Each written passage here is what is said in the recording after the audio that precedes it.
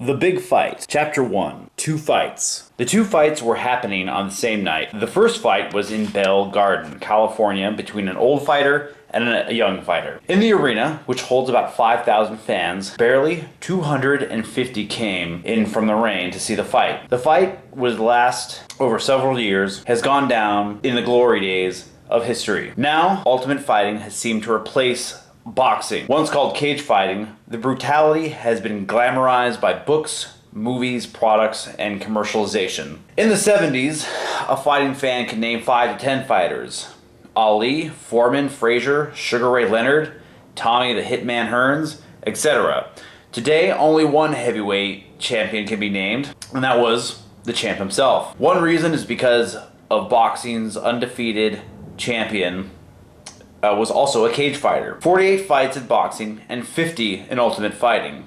All first round knockouts. Today's fight is in the Bell Gardens between a young flashy kid, Thomas Feel-It-Hurt Jackson, with a record of 13 wins, 2 losses, and 11 knockouts. Feel-It-Hurt was quick and fast like a cat and punched like a sledgehammer. Being 26 years old, he had youth on his side. Sean, the Irishman O'Reilly, won more fights than Thomas Jackson at 25 wins, but unfortunately, he had 35 losses on his side and a measly 7 knockouts. So no fighter would be afraid of being knocked out. Being slow, short, and overweight and old is a very dangerous skill set for an Irishman. Being only 5'10", 225 pounds, versus an opponent who is 6'3" and 210 pounds. It was going to be a foregone conclusion as to who was going to win the fight. Besides having a fairly decent body punch, the Irishman could also take a punch. In his 60 fights, he had never been knocked out. His glory days had long passed. In fact, there would never be any glory days. Today, he is just a journeyman fighter, which all up-and-coming fighters want to add to their record. Sean is 33 years old, and in the fight game, that might as well be 60. Today, he was going to get $1,200 for this fight. At the end of the 6th round, a manager is yelling at his fighter, "Quit clowning around and knock him out." The bell rings. The two fighters come to the center of the ring. Jackson says, "I'm knocking you out, old man." O'Reilly says, "I've never been knocked out, and a street punk like you could never do that to me." The last thing Thomas Jackson was a street punk. He was raised in an affluent family. He was a great athlete all through high school. Thomas Jackson released a minute of non-stop blows. The ref stepped in to stop the fight. O'Reilly, "See, I told you, you would never knock me out." Then turning to the ref, he says, "What took you so long?" The second fight took place in Las Vegas. The fight had much less excitement as the first, and it was totally predictable. Even though it was a heavyweight championship fight, it was more like shadow boxing. The champ was called the Incredible Hulk because of his size. 7'6", over 600 pounds. He was also known as the Mad Russian, even though he wasn't Russian, and he never had even been to the country. He was born Clarence Roman Phillips, and changed his name to Ivan Bruno, and most people just called him the Giant. The fight took place in Vegas, but few bets were placed as everyone knew who was going to win. He had a record of 49-0 first round knockouts, each one of them. This fight would tie him with Rocky Marciano, no doubt, and perhaps even surpass him. Within the first 30 seconds of the fight, Jerome Jackson goes down on the 10 count. Unfortunately, the reply of punches showed that the champ missed him completely. Jerome Johnson be forever known as Nosedive Johnson, and would never have another fight again. Chapter 2, Aftermath. The next day, Sean and Joey, who was his trainer, cut man and best friend, in fact his only friend if you really are counting, picked up Sean's money from the previous night. Sean was excited for his proceeds for the fight. He was going to pay for an apartment. After being homeless for 3 years, he was going to finally have a place of his own. He had it all figured out. $200 for Joey, $900 for rent, move in, and $100 for food. Sean had not been this happy in a long time. Today, he felt would be a new beginning for him. He was through with boxing, done completely. When he woke up this morning, he was sore all over his body. He knew from his past it would take 2 weeks before he was able to do another fight. But the sun was shining and the weather was nice, and perhaps this was a time to start a new life away from boxing. Sean went to see Jimmy Durham, who was the owner of the Bell Gardens Arena, as well as a fight promoter. As they entered the building, the blonde receptionist had just hung up the phone. Receptionist: "Can I help you, gentlemen?" Sean: "I'm here to pick up my check." Receptionist: "And who are you?" Sean: "I'm Sean O'Reilly." Receptionist calls Mr. Dunham. "There's a Sean O'Reilly here to pick up his check. Jimmy Duran. Send him in." As they enter the office, Jimmy Durham stands up and offers his hand. "Sean, Joey, it's good to see you guys. Sean, you gave the kid one hell of a fight. And someday, Thomas Jackson will even be the heavyweight champion. As soon as the giant retires, then you could say that you had fought the champ, gave him the best fight of his life. You could tell your grandkids about that fight." Sean: "I have no kids." Jimmy: "Oh?" Sean: "I'm here to pick up my money, Jimmy. Let me see if our accountant has the check ready." Sean: "I was going to get paid in cash, Jimmy." "You know better than that." Jimmy Durham calls the accountant, who brings the check over. Jimmy: "Here you go, Sean." Sean looks at the check and says, "What is this shit?" "It's not even half the amount you owe me." Jimmy: "I know, but there were 2 people who garnished your pay." Sean: "Yes, I know the people I purchased a wedding ring from 17 years ago." Jimmy: "There's 2 other people who garnished your money. Would you like to know?" Sean: "No. Let's go, Joey." Joey: "Where are we going?" Sean: "I don't know. Joey: "It's not as bad as it seems." Sean: "All my life, I have been a total loser. I can't get a job. I'm not qualified to do anything except beat people up, and I'm not even good at that. On top of everything, I don't even have a place to live. Joey, you can stay with me." Sean: "Joey, I can't do that. Let's go back to the bank so I can get the $200 I owe you." Joey: "I don't want any money." Sean: "With the other $500, that should be enough for booze to get me dead drunk. Bye, Joey."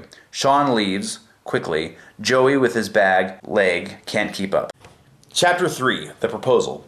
The announcement came that the Giant was going to have one more fight and then retire. He was thinking about going into professional football. Boy, did ESPN have a field day with that. There was great joy in the fight commissioner's office. Though the Giant was the greatest fighter ever, he was the worst when it came to the sport of boxing, because his knockouts were devastating, but they were quick and they were in the first round, which was not good for business. The commissioner devised a plan to have a heavyweight tournament with 32 fighters fighting until one winner was left, the champ. All fights were to take place in Las Vegas over several months.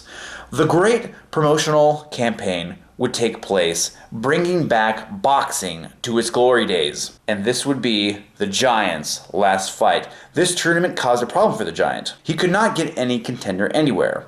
Nobody wanted a chance to become the champ's last kill. The Giant's wife said she knew of a fighter who had never been knocked out and had 25 wins and also needed money desperately. His name was Sean the Irishman O'Reilly. It was a matter of getting a hold of O'Reilly that was the problem. It wasn't easy. First, he had no home address. He had no number. They called Joey to find out where he was, not telling him why they were looking for him. He had said he was not heard of for several weeks. They finally found him. He was cold sober because he was in jail for the last 4 days after a 3-day drunken bender. He was bailed out and brought to the world champion's office. They showered him, shaved him, cleaned him up, and prepped him for the meeting. Chapter 4: The Contract. Sean was taken into the office of the Giant's lawyer. Sean was shown into the office. Around the executive table stood 6 people. The one who stood up was Jimmy Six, the Giant's manager. He introduced him to the lawyers, but Sean wasn't paying any attention. He had his eyes fixed on the beautiful woman over there in the corner. It was the Giant's wife. He was then introduced, and after that, they sat down. The room was silent at first, but then the meeting began. Sean had then taken his eye off the blonde, who he had seen the Giant on TV with, but had never saw her in person. And now he looks over at the Giant, whose size is totally incomprehensible. They shook hands. The Giant's hand was the size of a shovel. Sean looks over at the girl, who he recognizes. Sean says, "Hi, Jenny." Jenny says, "Hi, Sean." Mr. Six says, "You guys know each other?" Sean and Jenny answered at the same time. We met in high school. Mr. Six, you can talk about the old times later. We are here to discuss the fighting champ and his last time in the ring. Sean, you will be part of history. Sean, why me? Sean knows the real reason. They couldn't find anyone who'd be stupid enough to fight the giant, but Sean wanted to see them lie right in front of his face.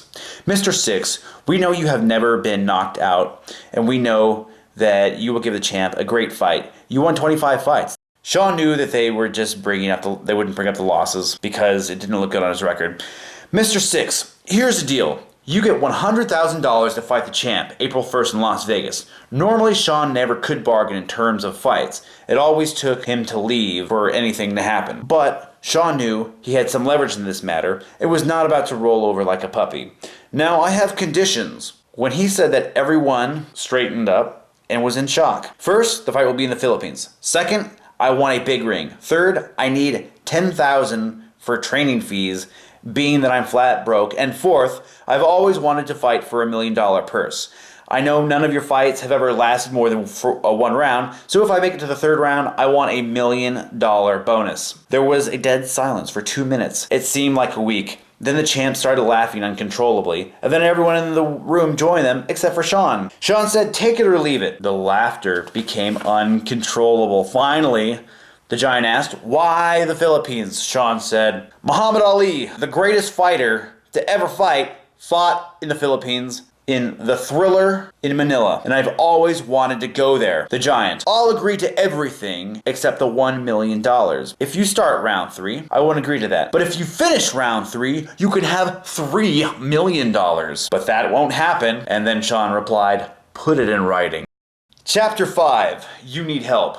Sean knocked on Joey's door. "Joey, man, I'm glad to see you. I was really worried about you. I was afraid you tried to kill yourself." "Sean, I tried. I put a gun in my mouth, but I was too chicken to pull the trigger. And when the cops came to arrest me, I was drunk and disorderly. I passed out. I woke myself up 24 hours later." "Joey, I called the jail the first night and called the hospital every night." "Sean, I need your help, Joey. You are the only person who can help me." "Joey, you know, Sean, I would love to help you, but I'm just as broke as you are." Sean, "No, Joey, I need you to help me for one more night. There's a big money going down with this fight, Joey. So you make 1,000 and be punch drunk for the rest of your life?" "No, Joey, not 1,000. 100 times that, possibly $3 million. Joey started looking at Sean's head. "Sean, what are you looking at?" "Joey, I want to see that bump on your head where you fell and you lost your mind." "Sean, turn on ESPN. TV goes on. ESPN, the latest news of the giant is fighting someone who he's never heard of. A fighter named Sean the Irishman O'Reilly. He has 25 wins and has never been knocked out." That is all the information we have. Sean walks over and turns off the TV. "Sean, the fight will take place in Manila on April 1st. Why Manila?" "That was my idea. It gets real hot there. After the first round, the champ might get tired." "Joey, the champ does not have a chance to get tired on one of his own fights. Most of them only one round." "Sean, I know, but I can't make it past the third. I can't. But if I did, I would get $3 million, Joey. And how conceivably are you going to take the chance and then accomplish this?" "Joey, look, I can't tell you.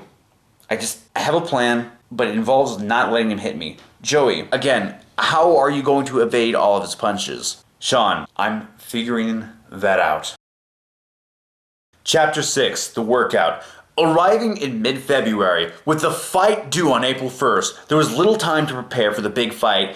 In fact, only a month and a half. The week, he would try to heal up, Sean would, from his last fight. Sean and Joey would be staying in an apartment in St. Michael's Orphanage with over 500 children. The second week, Sean would get up 4:30 a.m. and run 5 miles and come back to breakfast with the kids. The kids were a special treat for Sean. He always wanted to have children, but now he had 500. He would go back to bed until 11 a.m. and then go to the gym and work out, and then spar for 15 rounds. The problems were as followed. Trying to find anyone as big as a giant. Fighting 15 rounds for a fight that would go only 1 round with Sean laying on the mat seems like a little bit of overkill. He would finish up with a light workout and then cool down before getting a massage. The biggest problem for Sean was facing the extreme heat. The Philippines is hot during this time of year. The heat is in the hundreds, with the humidity at 100% and no air conditioning.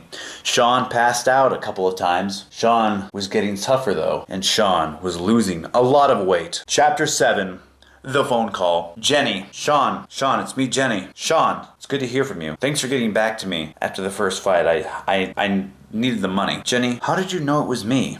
When I saw you at the meeting with the champ, I just knew. Jenny, I'm sorry. Jenny, for what? Sean, for not taking care of you when you were married. I have always regretted that. Jenny, Sean, you did your very best, and that's ancient history. Sean, not to me it's not. Jenny, Sean, listen. You gotta drop out of the fight. My husband is going to kill you in the ring. Sean, I can't do that. I have a commitment, and also, I'm going to stick with it. Jenny, Sean, listen. When Georgie found out I was married to you, he went berserk. He is serious about trying to kill you in the ring. Sean, when you got married, you didn't tell him about me? Jenny, I told him I was once married to a broke-down fighter. Sean, I didn't mean that. Jenny, you have always told the truth, and I am nothing but a broken-down fighter. Don't even worry. This is my last fight. Jenny, if he hits you, just go down and stay down. Sean, you know I don't want to do that. There is one thing that I need to say to you. Jenny, what's that? I still love you. Jenny, don't go there. Do not even go there. Georgie just drove up. Please, take a nosedive. She hangs up. Sean, Jenny? Sean hangs onto the phone for a minute before hanging up. Joey walks into the room. Joey, who are you talking to, Sean? Sean, Joey, I think Jenny still loves me. Joey, what was that? Sean, never mind. Chapter 8.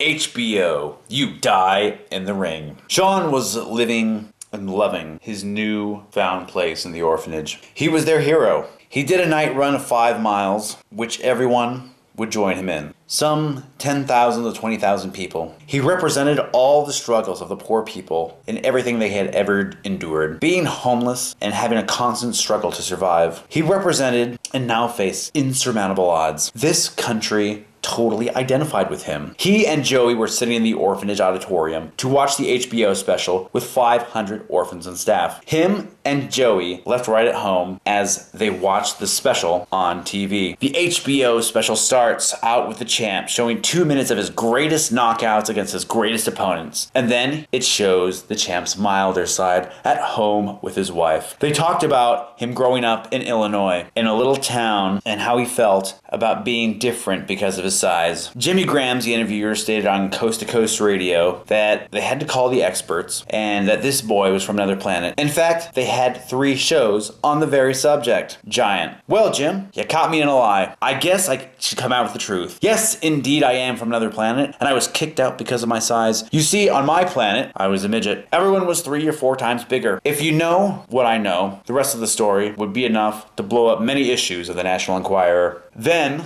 came a shocking realization that caught the giant totally off guard. The realization that Jenny was Sean's wife. They were married while in high school, and she got pregnant by Sean and had a miscarriage. You could see the expression on the giant's face. He clearly knew nothing of this. Joey, this is only going to make the giant more mad. Sean, he'll get over it. Joey, yeah, after he kills you. Next part of the HBO special centered around Sean, and they went over his infancy. Sean was born in Flint, Michigan, and his father left his family when he was 2 years old.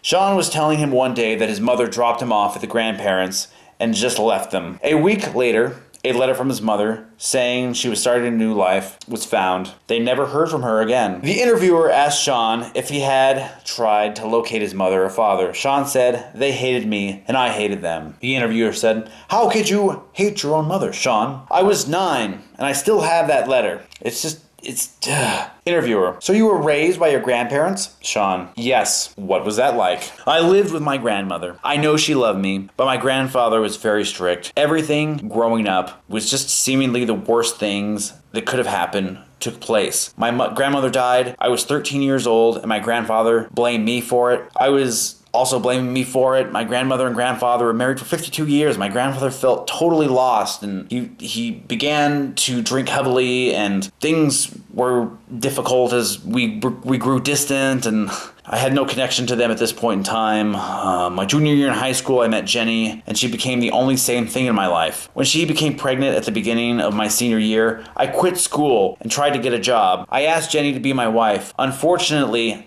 with only a high school education, I couldn't get anything that would support a whole family. When she had her miscarriage, our relationship just seemed to lose its magic. We lived on hot dogs and beans. When she left a year later, I couldn't blame her. Jenny went back to school and graduated school, and then went to college and became someone. I was fighting at local clubs for $100 here and $50 there, but it just never was enough, and I always blamed myself. You have lost 36 fights. What can you tell me about that? Sean. Well, like the fighter said, after losing my first 100 fights, you can't win them all. But seriously, James Braddock, the Cinderella Man, in the span of 33 fights, he won only 11 of them and became the heavyweight champion of the world, beating Max Baer, who at the time no one could think was even a possibility. But Baer didn't take the fight serious. Like the giant, this Neanderthal of a man is doing to me. Interviewer: how can you possibly win? Sean: the first round, jab, jab, move to the right, and then move to the left while jabbing at his nose. Interviewer: he stands straight up. You wouldn't even be able to reach him. Sean: oh well, then there's always a plan B. Interviewer: which is? Joey, says Sean, tell this nice man what plan B is. Joey: I can't. It's a secret. Then it goes back to the giant. Interviewer: you said this will be your last fight. Giant: yes. He's going to take a nosedive. And if he doesn't take a nosedive, he is going to die. HBO goes back to Sean. Interviewer: the giant says you are going to die in the ring unless you take a nosedive. Sean: I don't take any nosedives. If the champ knocks me down, I'm gonna get up, and he's gonna knock me down again, and I'm gonna keep on getting up till I win the fight. Interviewer: how are you going to do that? Sean: hey Joey, how are we going to win this fight? Joey says, it's a secret. I can't tell the nice man. Joey and Sean walk back to their apartment above the orphanage. Sean: Joey, do me a favor, and I'm dead serious about this. You gotta promise you'll do this for me. Joey: anything for you, Sean. Sean: if I die in the ring. Joey interrupted: don't talk like that, Sean. Sean says, Joey, please listen to me. If I die in the ring, have me cremated and bury my grounds under the orphanage. It is about as close as having a home as I will ever have. Please, Joey. Joey replies, okay, all right. Chapter 9, The Weigh-In. The weigh-in would take place in two different locations. Sean's took place in the arena where the fight was to be had. He came in at 180. He had lost 45 pounds since training. After he weighed in, the press began to ask a bunch of questions. Sean: I want to apologize about comparing the big guy to a Neanderthal. Reporter: you stated your goal was to make it past round 3 so you can get $3 million. How is that going to happen? Sean: it's the joke about two Irishmen, right? The one about coming out of the bar completely sober. It can happen, technically. Later in that day, Joey comes in and Sean is watching Rocky. Joey: this must be the 50th time that you've watched that movie. Sean: Joey, it's more like 300 times, and I cry at the ending every single time. Joey: but Rocky loses the fight. Sean: but the love of his life, Adrian, comes into the ring and they live happily ever after. I want that to happen with me and Jenny. Joey: the giant might have something to say about that. Besides, he wants to kill you in the ring. Sean: I wish you would quit reminding me. Joey: did you hear the giant's weigh-in? He came in at 680 pounds. That's like 500 pounds over you. He also said after the first round, he will be taking an airplane back to California. Sean: my goal is to make it to the start of the 4th round. Then whatever happens, I don't care. Joey: Sean, you make it to the 4th round, and we might have a chance of winning the fight. The champ has not trained for this fight, and he's looking a lot larger, like he's been knocking out triple cheese pizzas. Just stay away from him for 3 rounds, and you can take the heat out of him.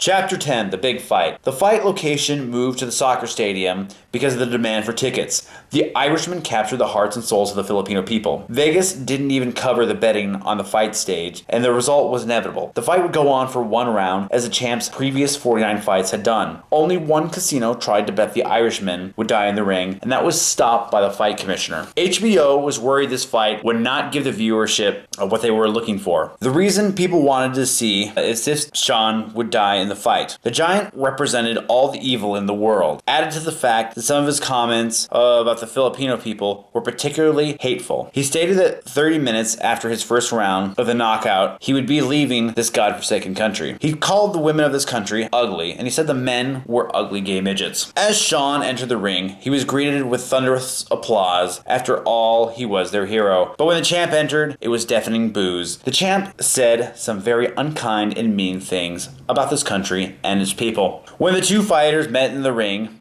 at the instruction of the ref, the giant looked down and saw Shawn and said, "You are going to die. You are going to die in the very first round." The ref tries to relay instructions, but neither fighter is paying attention. "Giant, I am going to kill you. Do you have any last words, Slimeball?" "Shawn, how can anyone be so big, stupid, and ugly at the same time?" The giant punched the ref, knocking him to the mat, and the giant throws a punch at Shawn. Shawn ducks. Then, thinking what might happen next, as he backed up, the champ came forward. The giant was chasing after him. Shawn yelled, "Ring the bell! Start the round!" The referee got back to his feet and signaled for the round to start. The first round, Shawn was running around the ring with no punches landing. Being it's a big ring, Shawn had more and more space to maneuver. The bell rang at the end of the first round. Shawn had something that none of the Giant's opponents had done: survive the first round. HBO announcer: "Larry, how do you score the fight?" Larry: "I would say Shawn is the big winner." Announcer: "How can you say that? He didn't even throw a punch." Larry: "That's true, but he made it past the first round." The second round, the Giant comes out and says, "I am going to kill you." Shawn: "I think I've heard that before, Georgie." Giant: "Only one person calls me that. That's my wife." Shawn says to him, "Your wife was great last night." The Giant becomes obsessed. The Giant: "You die now." As the Giant runs towards Shawn, he steps to the side and sticks his leg out, and the Giant falls flat on his face. The crowd goes wild. Shawn says to him, "Did the little Georgie fall down and get a boo-boo?" Now the Giant had lost his sense of purpose. As he chases Shawn around the big ring, the Giant's adrenaline is running on warp speed, but there is no way he will be able to catch Shawn. Everyone in the arena is laughing and cheering at the spectacle. The bell rings at the end of the second round. The Giant is totally out of gas. HBO announcer: "The referee should have taken a point away from Shawn, but now you score a point when neither fighter threw a punch." Later, Larry says, "I have never seen a fight like this before. The champ looks totally bewildered and is out of gas. The heat is taking effect." Round 3. The champ throws a couple of weak punches and Shawn keeps his distance. The champ is not talking in the ring at this point to Shawn. Shawn says to him, "Hey Georgie, did you know the temperature is 137 degrees? Your heart can't take it. You are going to die in the ring." Shawn continues to talk trash at the champ. The bell rings at the end of round 3. The Giant is confused and walks toward Shawn's corner, and Shawn comes and takes himself back to his corner. Shawn is jumping up and down like he won the fight. Shawn: "Joey, we just made $3 million. Joey." Shawn: "I thought I would never say this to you, but go out and knock this bum out." Round 4. Shawn comes out as fresh as he did in round 1. The Giant is barely moving. Shawn is taunting the Giant. "Shawn, you know you can't take the heat. You're going to have a stroke and be paralyzed and won't be able to talk, and then they won't let you out of the Philippines. And, of course, the people taking care of you will be the two gayest midgets we can find, and of course, they will get in bed with you and do some ungodly things." The Giant yells out, "Motherfucker," and throws a right cross. Shawn ducks under and lands the best body punch he ever landed on the Giant's side. The Giant lets out a loud moan. The crowd is frantic with emotion. Shawn lands 4 more punches and the Giant stumbles backwards and falls to the mat. That's total pandemonium for the audience.